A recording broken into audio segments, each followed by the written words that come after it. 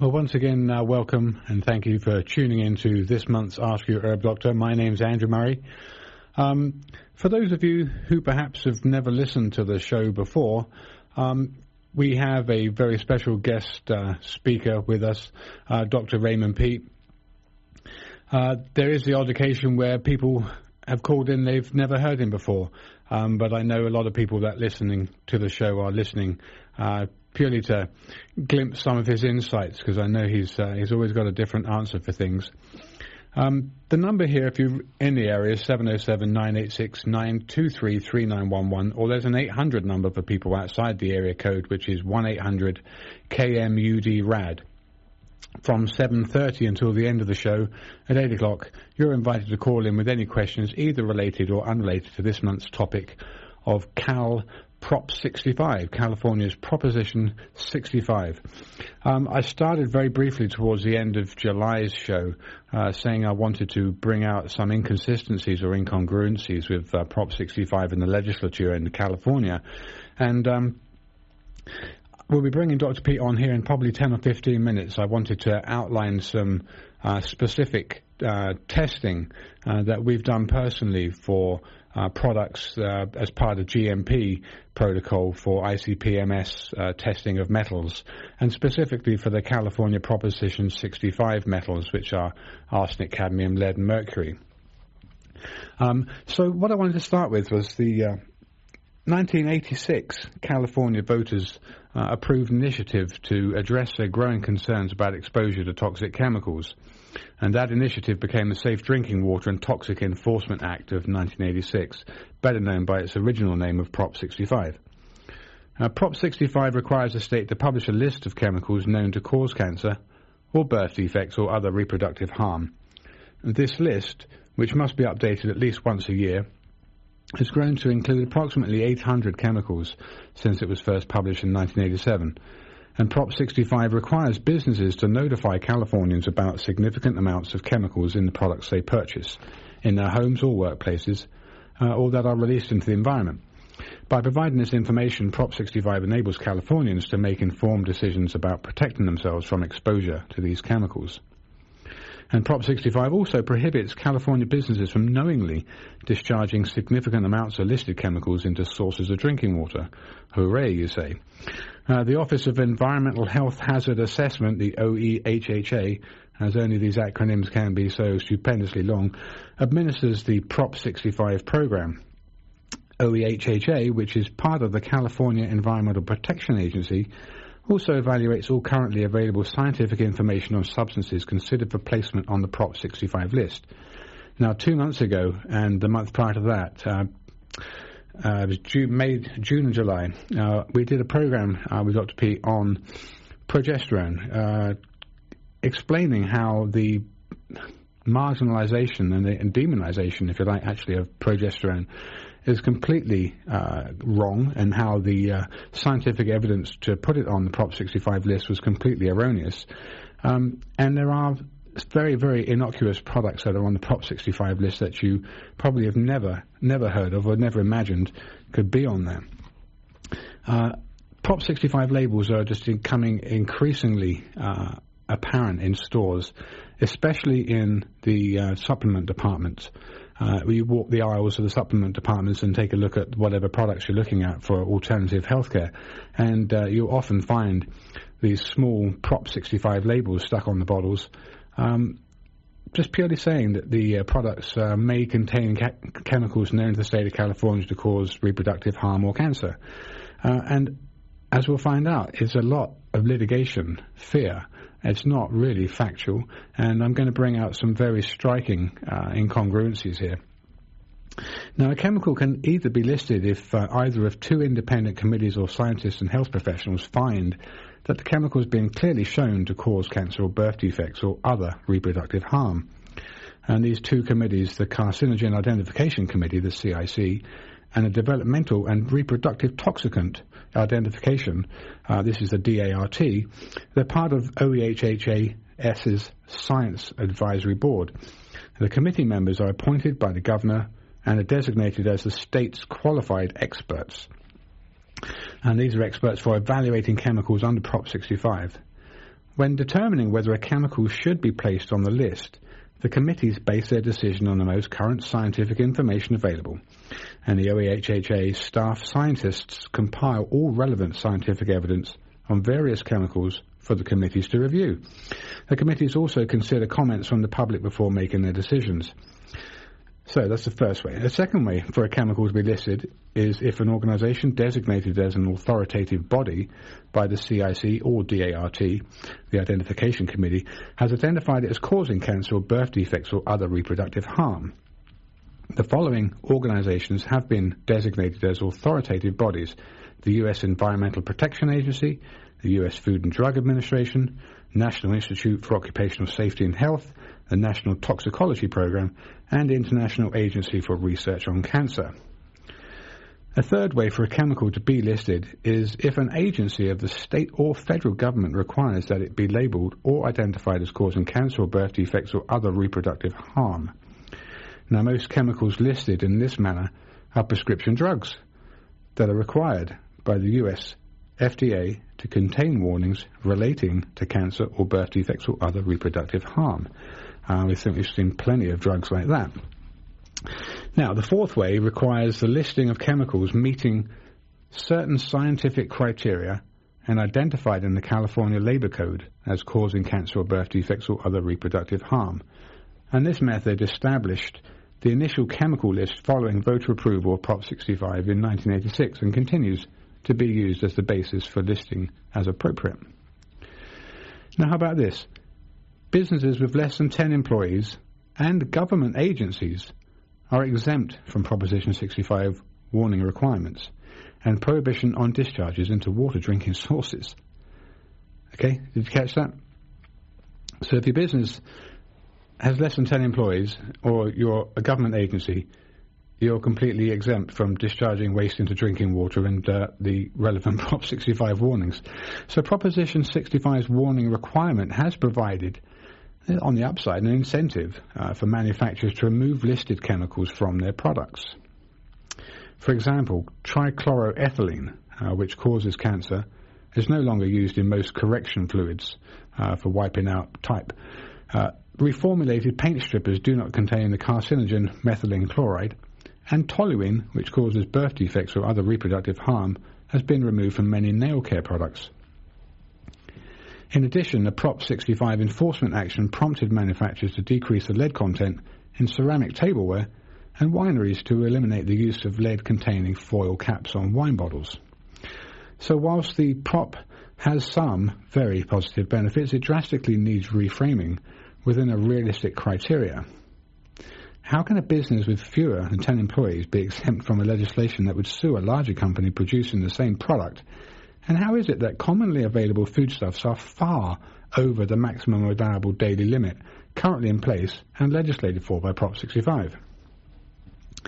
Now, it seems the only winners from Proposition 65 are the attorneys who bring the lawsuits, and there are some additional facts that are not so commonly known. Now, chief amongst these are, since Californians have been warned of possible carcinogens for the past 27 years, one would expect to see a decline in cancer rates compared to those states that didn't adopt similar right-to-know laws. In fact, no such decline exists. There isn't a single medical study that demonstrates any public health benefits of Proposition 65, and there's no evidence that Prop 65 has lowered cancer incidence amongst Californians. Most startling. Proposition 65 has been a bonanza for the bounty hunter law firms that drive such lawsuits using paid plaintiffs. Between 2000 and 2011, there were 2,381 settlements that cost targets nearly $180 million, exclusive of plaintiffs' legal costs and court costs. Sadly, the systematic legalized abuses surrounding Prop 65 have resulted in all too real economic effects on individuals as well as their employers. Workers suffer lower income or job security in affected businesses, and the California government has had to spend taxpayer money for administrative and court costs relating to the law. So let's look at some real-world examples of actual values for some Prop 65 chemicals that I've personal experience working with, and being GMP compliant, we have to periodically test our products for the so-called California Big Four. And these are, as I said, arsenic, cadmium, lead and mercury. So, how do we do this? The most common process now is called ICP-MS. It's inductively coupled plasma mass spectrometry, and one of the most sophisticated technologies to date to quantify components to detect levels down to 3 parts per billion. So typically a ppb, a part per billion, quantification is what's used, and typically that detection limit is about 4 parts per billion, is about as low as it can go.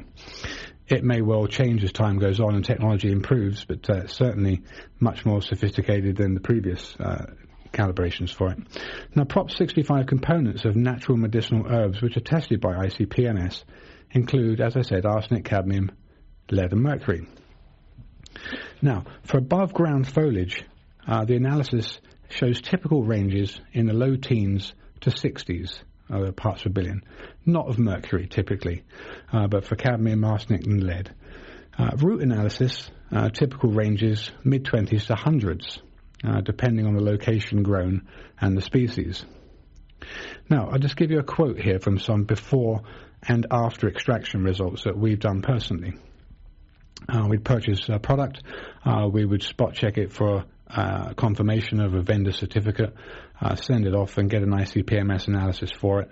Once the product's cleared QC and has been produced, that extract is also then sent off for ICP-MS analysis, and then we can see what kind of product we've produced or what the extraction process has done for the metals that may have been present in the raw material. So, turmeric root. Have a think about that, will you? Lots of people eat turmeric for its health benefits. Its documented anti-inflammatory and anti-cancer activity are published and have been known for some time, especially in Ayurvedic medicine. Now, the typical quantity in raw root were as follows. Arsenic, 395 parts per billion. Cadmium, 41.9. Lead, 646. Unfortunately, mercury was undetected. So after extraction, the liquid extract was retested and came back with the following report. Arsenic 68.1, cadmium undetected, lead 6.6, mercury undetected. Another fairly common herb, lobelia. Arsenic was 43.9, cadmium 79.6, lead 357, and mercury 10.2. Now, after extraction, the liquid extract was retested and came back with the following report, where all the tested elements were actually below the detection limit. And then echinacea root. People are very familiar with echinacea. The arsenic there was 115, and the cadmium came back at 20.5. The lead was 17.3, and mercury in that sample was undetected. And then after extraction, the liquid extract was retested and came back with the following report: arsenic 5.9, cadmium, lead and mercury undetected.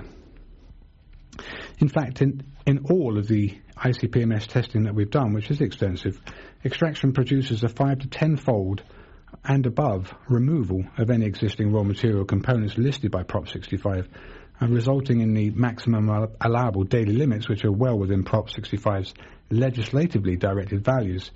In many cases, the raw material would fall outside the allowable exposure, but what I really want to point out was the foodstuffs we had tested. So crab. We had crab tested, and this is local crab here from Shelter Cove on the Pacific coast here. So crab. Arsenic came back at 12,400. Okay? So previous herbs would be things like 395, 43 and 115. The crab was 12,400.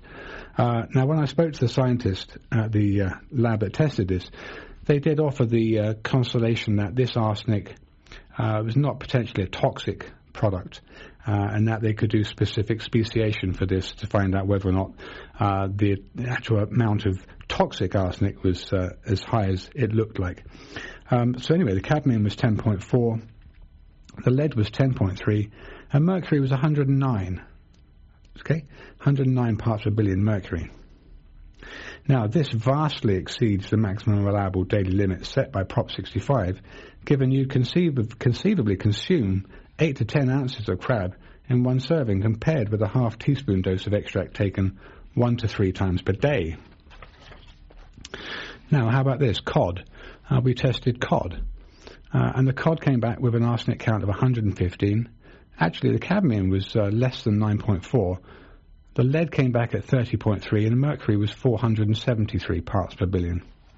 So eating a 12-ounce portion of this would give you way higher exposure to methylmercury, the most toxic and abundant oceanic form that we get exposed to. Okay, but it gets worse. Halibut. We tested some halibut. Arsenic was 602. Cadmium, it was down to 9.2. The lead was 23, and the mercury was 794 parts per billion. Again, with a serving amount typically of 8 to 10 ounces, folks. So the last thing I did was for seafood was salmon. It was a young fish. It was about a 9-pound fish, so it was quite a small one. And obviously we'll get into the whole predation thing and the food chain accumulation, etc., which became pretty evident. So this 9-pound fish came in slightly better with these values. Arsenic was 428, cadmium 10.1, lead was less than 10.1, mercury was 72. So still with a much higher MAD hour set by Prop 65, whichever way you cut it. So legislation for dietary supplement manufacturers imposes stringent maximum allowable daily limits set by Prop 65 values, which pale into insignificance when compared to seafood, for example. Now, we also tested some elk meat. It had been hunted, and it was not surprising that it was very clean. Now, the only detectable component was arsenic, and it had a value of 64.7, but lead, mercury, and cadmium were undetected. So I just wanted to say that terrestrial roots and foliage crops naturally sequester minerals found in a rock, which form the soil in which they grow, and pollution in industrial countries that's airborne finds its way back to the soil by being washed out in rains or as fallout from airborne particulates heavier than air, characterizing Asian or Indian farm products subjected to the conditions reminiscent of the era of industrialization in Europe. The products I mentioned were all certified organic, by the way. Now, terrestrial and oceanic life grazing on foliage or consuming other animals sequester these accumulated products, and the higher up the food chain, the higher the value in the animal, as seen from our experiments. Now, the whole point is the meaning of any initiative like Prop 65 to save us from harm has to be weighed both by the freedoms lost as a result of government being in charge to look after us, rather than we the people as a self-governing body with practical and reasonable jurisprudence, not dictated by out of control for hire bounty hunters, but by common sense, which seems to have gone the way of the dinosaurs. Now, I know when I'd spoken to Dr. Peat, preparing some of the material for 2 months ago, looking at progesterone, that progesterone was on the Prop 65 list, and we went through the science and the committee papers that were used as quote-unquote evidence for suspecting progesterone as a mitogen or as a cancer promoter, when actually Dr. Peat's very familiar with the whole progesterone debacle, having studied hormones and especially progesterone as one of his theses past his PhD. So, Dr. Peat, are you on the air? Yes. Okay, well, sorry to have blathered on here for 20 minutes with what I was first talking about, but in terms of Proposition 65 and its actual effects to the consumer, don't you think that some of this is a little bit out of control in terms of writing laws for it and giving amounts which they say they clearly say that they're using a 1,000 times safety factor? So I know for progesterone that you're very aware of how maligned it was, and there was absolutely no real evidence for it because the tests that they did on the beagles, etc., was really pretty poor scientific process. But in terms of Prop 65, do you have any thoughts on it in terms of how it affects people, or what you think the government are doing? Well, the way the committee is set up. Dr. Peat, could you speak up a bit? The people in charge of choosing the evidence are appointed, and they are basically able to lobby for products that they're associated with. When I was in contact with the agency 10 years ago, 3 of the members were from a single university. These 3 all had conflicts of interest. One woman was a representative of a company developing transdermal products, including hormones.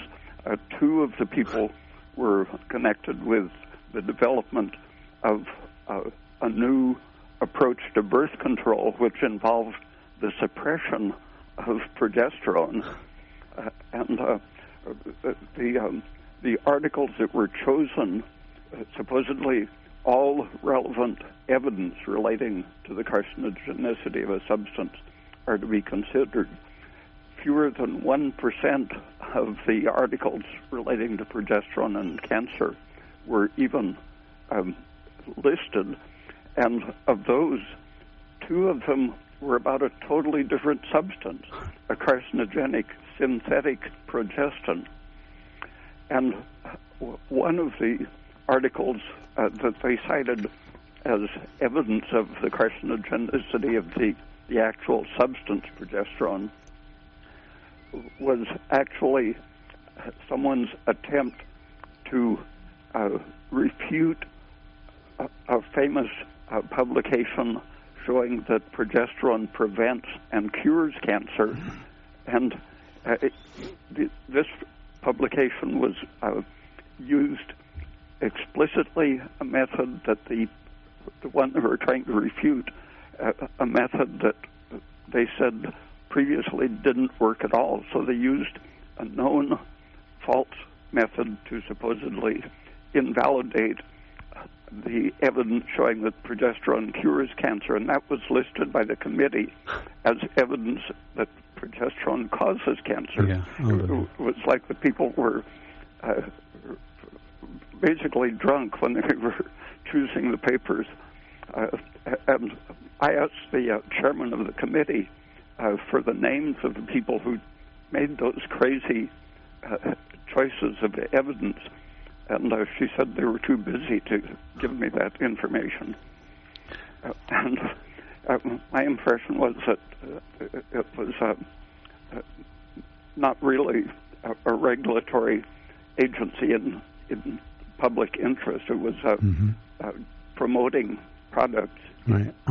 On a pay-for-view basis. Yeah, and the university that these people worked for, I looked at their research support. I forget the number, many. There were dozens of grants promoting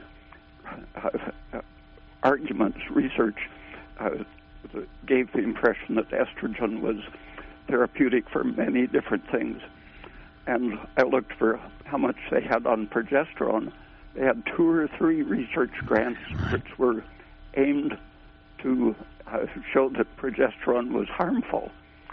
And this was 10 years ago, just 3 years after the Women's International Health Study showed that the combination of estrogen and synthetic progestin caused cancer, strokes, dementia, heart disease, blood clots. And would you be able to get a little closer to the microphone or the phone? I think the engineer is trying to tell me that you're coming in very quietly. Oh, okay. The result of that study, Women's International Health Study, showed that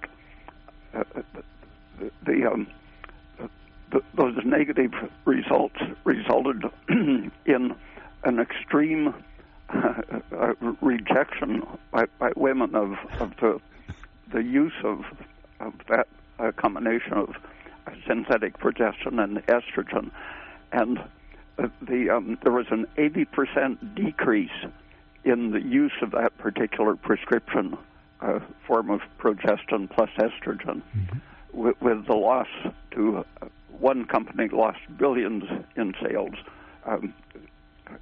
everyone invested in promoting estrogen, especially with a synthetic progestin, saw their main profit-making product becoming very unpopular, and suddenly, at that same time when estrogen sales were falling, progesterone sales had increased 100-fold. Right.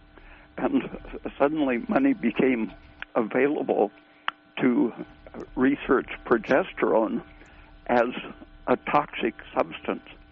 And since that time, since the early years right after the study came out, there has been just a flood of people researching progesterone as a brain toxin, a carcinogen, and so on. And when you examine each one of these, they're doing things known previously to produce the results that look bad. Right. For example, where progesterone is known to reverse a brain tumor, they were using about 100 times smaller dose and claiming that it caused the tumor, and finding changes in breast tissue that they said was associated with breast cancer to distract attention from the studies that showed that it reversed and prevented breast cancer. Okay, you're listening to Ask Europe, Dr. on KMUD Garberville 91.1 FM.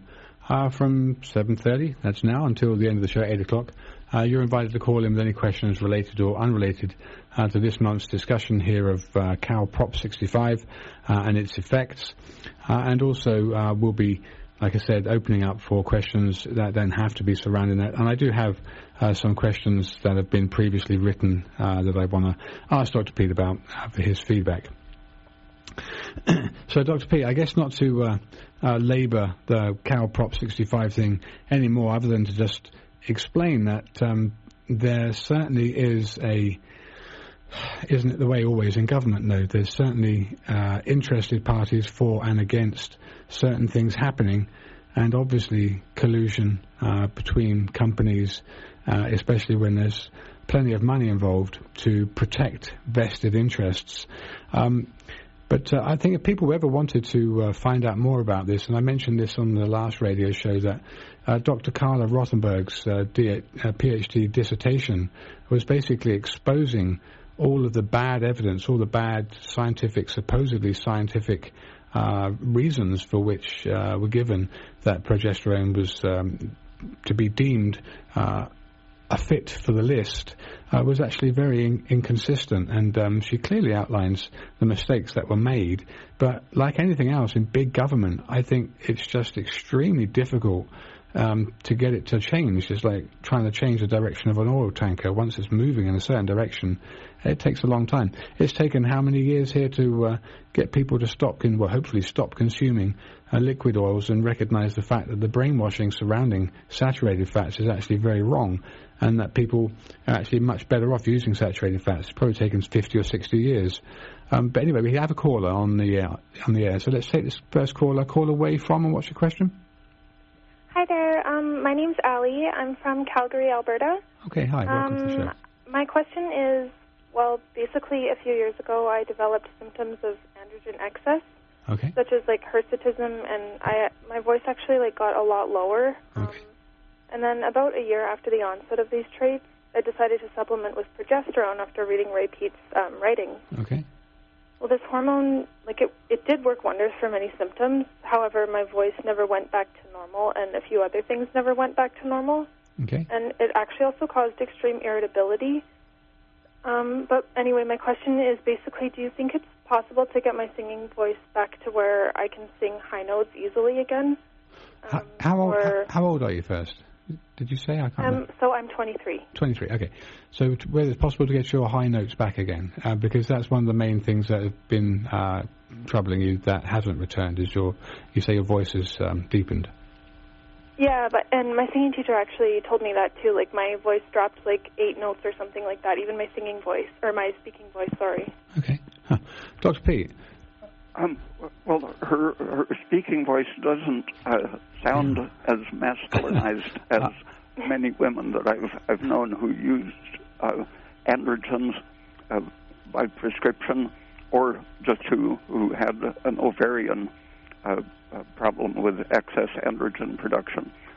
They very often get voices almost as low as mine, a normal male pitch. But what happens under the influence of androgens, the way they change the hair follicle involves reorganization of the whole structure of the hair follicle. But since the hair follicle has a finite lifespan, if you interrupt that stimulation consistently, like there was a study in France showing women who applied topical progesterone to sideburns and mustache and chest hair that had developed under androgen stimulation, they stayed with it through the expected lifespan of these hair follicles and refeminized their facial and chest hair. But in the case of vocal cords, if they actually develop a male pitch, that's because they have grown and enlarged, and it isn't the whole voice box enlarges, and generally you can't see a woman's Adam's apple like a man's sticks out in proportion to how bass their voice is, and if the whole cartilage voice box is enlarged, the vocal cords have to adapt, and they simply don't have any way to get smaller without the framework that's holding them changing. Okay. How long did you say that you were under the influence of this androgenic excess that gave you the hirsutism? And it's actually kind of interesting looking back, because it was only for a period of a few months, but I was living a very toxic lifestyle. My job had me working 8 hours, basically walking to and from tables. I was a waitress, and I never got a break. I didn't get a chance to eat. And so I was like exercising for 8, sometimes 12 hours a day for about 3 months, 4 days a week.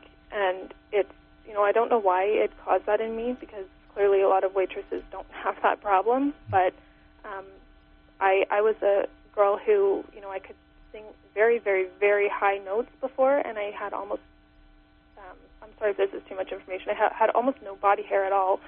And then after waitressing, both of those plus other changes happened, and I would, call it virilization. And then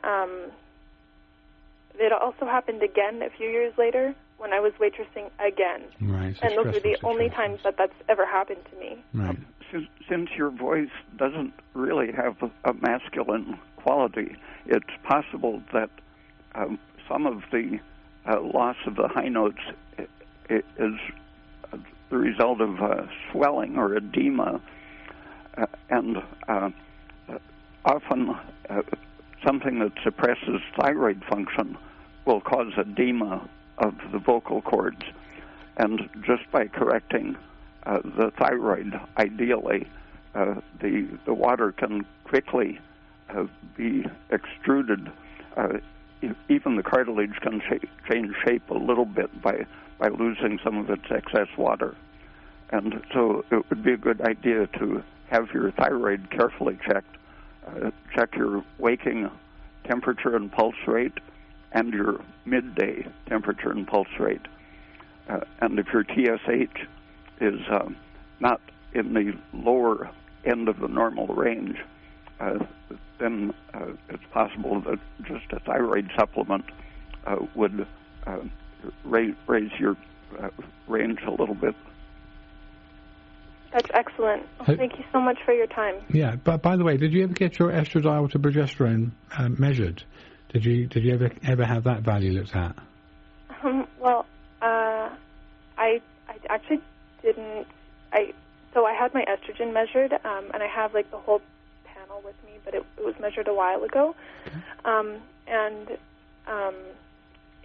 I didn't really pay too much attention to it. The estrogen said it was like 60 or something on the blood test, but I know from reading Ray's writing, at least this is how I interpreted it, I was under the impression that you can't actually measure estrogen in the blood, and like it's not a good reflection, but correct me if I'm wrong. Yeah, well, but blood test for estradiol is certainly very relative in terms of it's a subjective amount, and when your progesterone is measured, there's a very definite ratio between the two, which is very... Yeah, and he did not measure progesterone. Oh, okay. All right. Well, thank you for your call. Thank you so much. Yeah, you're very welcome. Okay, so we do actually have 3 callers on the line, so let's take this next caller on the air. Where are you from? What's your question? Yeah, my name's Jeff, and I actually have 2 questions. I'm from New York. You're from New York. Okay, cool.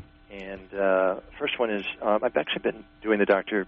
Peat diet. I've listened to all the shows, and what I'm finding is that I'm taking 90 milligrams of natural desiccated thyroid twice a day. It's about 3 grains a day. But the pulse in the AM is always right around 60, and the temperature is anywhere between 97.2 and 97.8. So then if you go to midday, it's cutting up a little bit to like 68, 69, but it never gets, to 75 or 80 ever, and the temperature never gets above 98.2, maybe rarely, maybe if I run. So I'm in good shape. As I say, I follow the diet, and I'm 60. And I'm just wondering, I know the ranges, you talk about sort of pulse, but specifically, I know there was a show that gave you questions about what if the pulse goes up and temp goes down, all that, but this is pretty basic. It's like, in the morning, what should it be, and at midday, what should it be relative to what I just gave you, and what would you do to change that? That's the first question. Okay. And the second question, and the other thing is, I found through this process a lot of things have gotten better, mental clarity, all physical symptoms, except I actually think there has been an increase in male pattern baldness on the very top of the head, ironically. So I'm just wondering if that... And this is the only thing you're taking is 3 grains of a natural glandular. That's right. Okay. I didn't want to mess with the other because, given all I've heard, I just feel let the body decide what it needs. Mm-hmm. And I think Dr. Peat said that on other radio programs. Yeah. The body will decide it's a much safer way to do it. It may not be directly, immediately as effective, but I prefer doing that for the reason I mentioned. Right. Dr. Peat, so what was that question clear? Yeah. Have you ever had a blood test for TSH? Yeah, I have. It was about 1.8. I haven't had it in a while. At that same time, I had a total cholesterol of 330. Mm-hmm. The guy wanted to put me on statin drugs, and I brought his attention to the piece you mentioned. I have a copy of that shows there's no correlation between cholesterol and, to me, that was an indication, and heart attacks, but there's an indication that clearly that my thyroid was underactive, which has kind of got me. Were you taking this glandular when you got your TSH of 1.8? I started taking that, right. Right. So you got a TSH of 1.8, and then you decided to start using a natural glandular. Yeah, 1.8's high. Yeah, right? exactly. So, and my T3 level was on the low end of the scale. That's their scale, which may or may not be useful. And the T4 was sort of on the average end. And they didn't take reverse T3, so I don't know that. But have they measured the cholesterol since you've been taking thyroid? No, I'm due for another blood test, but my guess is it'll go down. But I'll, my real question related to the temperature, I think I can answer those questions after the next blood test. My guess is it'll go down dramatically because I am in very good physical shape. I know you guys say don't jog, but I do under 2 miles 3 times a week, mostly with sprints. So I feel that like no activity is like not useful, but obviously, as you pointed out, jogging is repeatedly running marathons, etc., is long-term detrimental. But I don't think you go to the other end and literally do nothing but ride a bike. You know, I think you got to do more than that, at least in my case. So, and I think you said that sprinting is okay in some of your write-ups. In other words, doing like 5, 6 sprints for 20 yards, etc., after sort of warming up, and that's. Have your muscles enlarged noticeably since taking the thyroid? Not at all. I have the same weight. My weight goes from 172 to 178. It's sort of centered around 175. It's been my weight for a long time. I do find it drops, though, from in the evening. I mean, from to sleep to the next morning, but it's usually in that range. Mental clarity is so much better, but that's really the key, and that's why I'm used to this. And you're definitely right about the PUFA. There's no doubt about it. It's the biggest hoax in the world. In animal experiments, it takes about 4 years for a complete exchange. When you stop eating PUFA, it's just a random exchange of what's in your present diet and what's in your body, and that takes 4 years to be complete. So it takes about 2 years to get a good 50% reduction in it, where you'll start feeling your thyroid more consistently. Because for taking 3 grains, your pulses and temperatures do seem pretty low. If someone is overweight, it would take 4 years, but on the lean side, more muscular and more active, perhaps that accelerates the process. But by the way, there's no chance that you can eliminate PUFA. I mean, the notion of getting 5 milligrams per day is like a fantasy. You just can't do that. It's like impossible for anybody, even you, Dr. Peat. There's no way you can limit it to 5 milligrams, right? Because if you add up the milk you drink and the eggs, etc., it's 5 grams. I think was 5 grams, not milligrams. 5 grams. You mentioned was the limit. Yeah, it's possible to get it down to a couple grams a day, which is the inflection point where you see cancer correlating very closely to the amount of PUFA in your diet is around 4 grams per day. And so you're pretty safe if you keep it under 4 grams per day, which you can do just by low-fat milk or skimmed milk, fruit, and low-fat cheese and eggs and such. I do all that. The only thing I do take is cooked vegetables. I've been doing that like twice a day. Ironically, I was thinking to myself, sometimes I can't sleep at night. I'm thinking, if you cook food, you're killing the enzymes. And if your stomach is not generating those enzymes, you're going to have trouble breaking down that food, even if there's less PUFA in it. I'm wondering whether a digestive enzyme, Lita Lee talks about that, and I know you know her. Is that something that ultimately is useful, recognizing you have to worry about additives? No, I think if you're going to eat vegetables, they should be thoroughly cooked. Otherwise, partly the problem is that you can't extract all the nutrients if they aren't thoroughly cooked, and some of the carbohydrate complexes are going to feed bacteria if they aren't thoroughly cooked. I think measuring your cholesterol again and having your vitamin D level checked. Sometimes a deficiency of vitamin D interferes with the way your body is handling the thyroid. It probably leads to more reverse T3 production, but the vitamin D level in the blood should be around the middle of the range, 50 nanograms per milliliter. And the healthiest population for having no thyroid disease, essentially, they were in the below 0.4 on the TSH scale. And cholesterol is a pretty good indication of how you're responding to thyroid. It should be around 200 or a little less. And in the 1930s, cholesterol was recognized as a good diagnostic indicator of thyroid function. Someone published a study showing that when you removed someone's thyroid gland, immediately as the metabolic rate went down, the cholesterol went up, and when you supplemented thyroid, the cholesterol came down as an exact mirror image of the metabolic rate. So I think that's exactly what's going to happen here, because before I started your program, for years, my total cholesterol was 200, and I had very good levels according to modern medicine. When I started your diet, I started eating a lot of ice cream. I didn't used to eat that, and a lot of milk, and I ended up, that's when it skyrocketed to 330. But I think when you make a change like this, it's a shock to your body, and to your point, I think I need to go through another blood test and see whether or not the impact on the thyroid supplement and the vitamin D level, by the way, which was in the 40s, but I'm trying to get that up a little bit.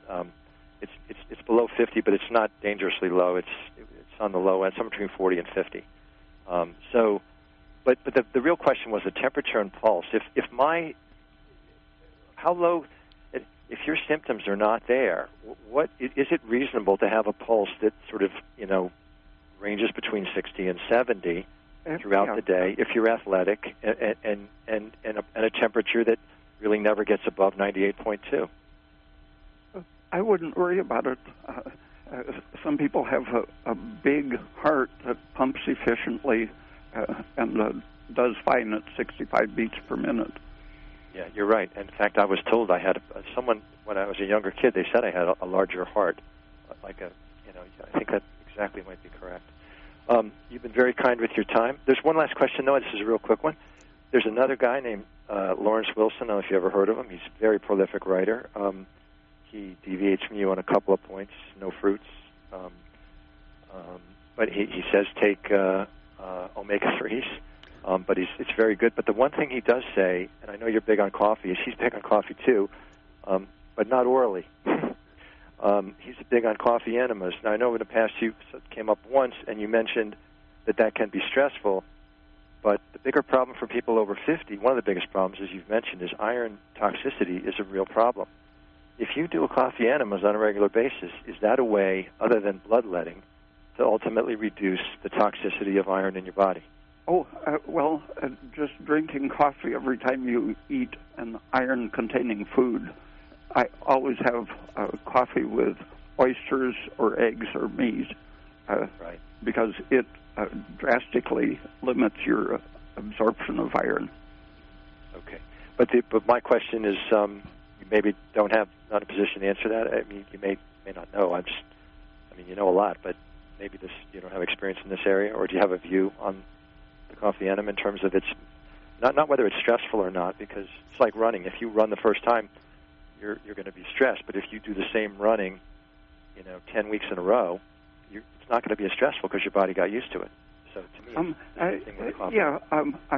I know there's a lot of benefit some people have from the coffee enema, but I think you can get the same benefit, probably more, by having it with food, so that you don't give yourself a sudden jolt of stimulation.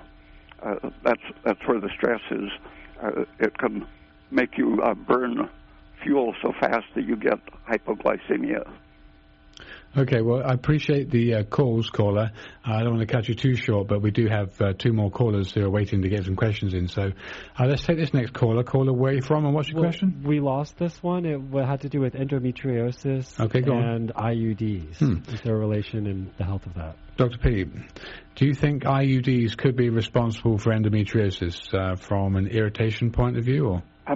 It's been well established that endometriosis is from the prolonged excessive exposure to estrogen without interruption from progesterone, and the mechanism of the plain plastic or copper IUD is to send a signal to the ovary that the uterus isn't ready for pregnancy because there's a foreign object in it.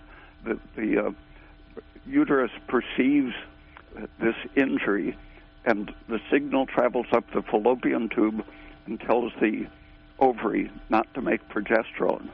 So it's a very specific interruption of your hormone ratio, the same way that the birth control pill is. Right, so just constant stimulation and estrogen excess with no relief from the progesterogenic part of the cycle. Right. Yeah. Okay, very good. Next caller, you're on the air. Away from, what's your question? Hi, this is Alex. I'm from Southern Humboldt. Okay, Alex, what's your question? Yeah, hey, my question is just I went through testicular cancer treatment last year. I ended up having my left testicle removed and then went through chemotherapy, and then after that had a surgery called an RPLND where they removed a section of lymph nodes. And I'm just interested in generic advice you'd have for somebody who's gone through that and gone through, a few months of chemotherapy. I haven't had anything crop back up, but I'm just interested in general health advice for somebody who's been through a treatment like that. Mm-hmm. How old were you at the time? I'm 34 years old. I was 32, just about to be 33 at the time of the diagnosis. Yeah, was there an undescended testicle or anything like that, or was it Leydig cell tumor? No, none of the kind of the classic things that would have really elevated my risk. Huh. I didn't have an undescended testicle or anything like that. They were both like normal testicles as far as I had known up till that point. Okay. All right, Dr. P, did you hear the question to begin with? When experimenters have removed, for example, one adrenal gland or one ovary, I don't remember any experiments with removing one testicle, but the removal of some of the steroid-forming tissue in those other situations causes the pituitary to drive the remaining gland twice as hard, basically, to keep up the systemic level of the steroid production. And so I think it's important to watch your LH and FSH levels, and there are ways you can, without necessarily supplementing an androgen, but you can reduce the stress, keeping your thyroid hormone level up, vitamin D level up, regulating your protein and sugar intake carefully, and possibly supplementing pregnenolone, which will feed into the system, suppressing the exaggerated stress reactions that are more likely if your androgen is low.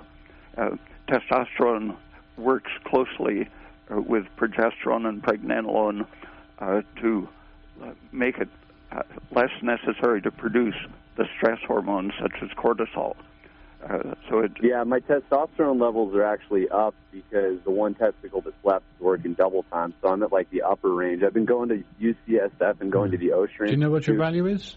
Is it 600-700? I think it's up 700. 700, like 750. Okay, good. I think it's good to concentrate on the whole anti-stress process, because the androgen is probably compensating for the need for all of the stabilizing, quieting hormones. DHEA and pregnenolone and progesterone have a stabilizing effect. Pregnenolone is the most neutral of those, and it will hold down the need to produce cortisol and help to restrain LH and FSH production by the pituitary. Okay, is there anything dietarily? They've got me on vitamin D, definitely. They want me to have elevated vitamin D levels. They have me taking, like, mushroom capsules from Fungi Perfecti, and then it's like fish oil, vitamin D, Fungi Perfecti, mushroom capsules. And you want to stop the fish oil? I think that's about it. Yeah, fish oil. You want to cut the fish oil out? Cut it out? Oh, definitely. Yeah, that's been the mainstay of Dr. Peat's research in the last 40 years, is the toxic effects of polyunsaturates, and fish oil is probably the worst of them all. Oh, yeah, I mean, I'm well-versed. I've listened to your program a million times, and I know the polyunsaturates are a problem. I guess I was oblivious to the fact that fish oil was included in that category. Yeah, very much so. Yep. Okay. So avoid the fish oil is definitely not essential. The science, I'll go back and listen to the actual chemicals or reactions that you're speaking about, but is there anything dietarily or whatever that you'd recommend just generically would be kind of a soft approach to try to achieve the aims you're talking about? Supporting the anti-stress effect of vitamin D, a high ratio of calcium to phosphorus is very helpful. So cut down your meat. Okay. You cut down your meat intake compared to your dairy intake, or have a good ratio of dairy to meat, and just eat small amounts. Yeah, not a lot of muscle meat. If you're going to eat meat, you're better off consuming the bone broths, the knuckle broths, and the shanks, and the little liver. Maybe once or twice a month. Yeah, definitely. I like all the nasty bits, so I've been good about eating all that, and I've been on that kind of a thing like Sally Fallon type diet for a while. All right. Well, thank you for your call. We're going to have to close it out here because it's 3 minutes to 8 o'clock, and I just want to let people know about Dr. Peat's details. So thanks so much, Dr. Peat, for joining us. There's a whole bunch of questions we didn't get to, but great. I'm glad people were listening and coming from all over the globe here. So thanks so much, Dr. Peat. Okay. Good night. Okay, so for those people who have listened to the show, they want to find out more about Dr. Peat and his work and the publications that he's produced, or books, or his newsletters, or his research articles, it's www.raypeat.com. Lots of articles, fully referenced. Our website is westernbotanicalmedicine.com. Under the resources tab, we've just uploaded all of the shows, including the 2016 and 2017 shows. And big fans of Dr. Peat. He's taught us a lot, and it's how we live. So for those people that called in, I'm glad you joined. Hope you got good answers. For those people who want to listen to the archive, it can also be listened to on kmud.org under audio archives under Friday Night Talk, and it's 7 till 8 p.m. on the third Friday of every month. I'll be driving home in the dark here, folks. It was just like yesterday. We were at the solstice, and now we're already winding forward to the autumn of fall. Here it comes. So thanks for listening. Our number here is 1-888-WBM-HERB. We can be reached Monday through Friday, business hours. Good night.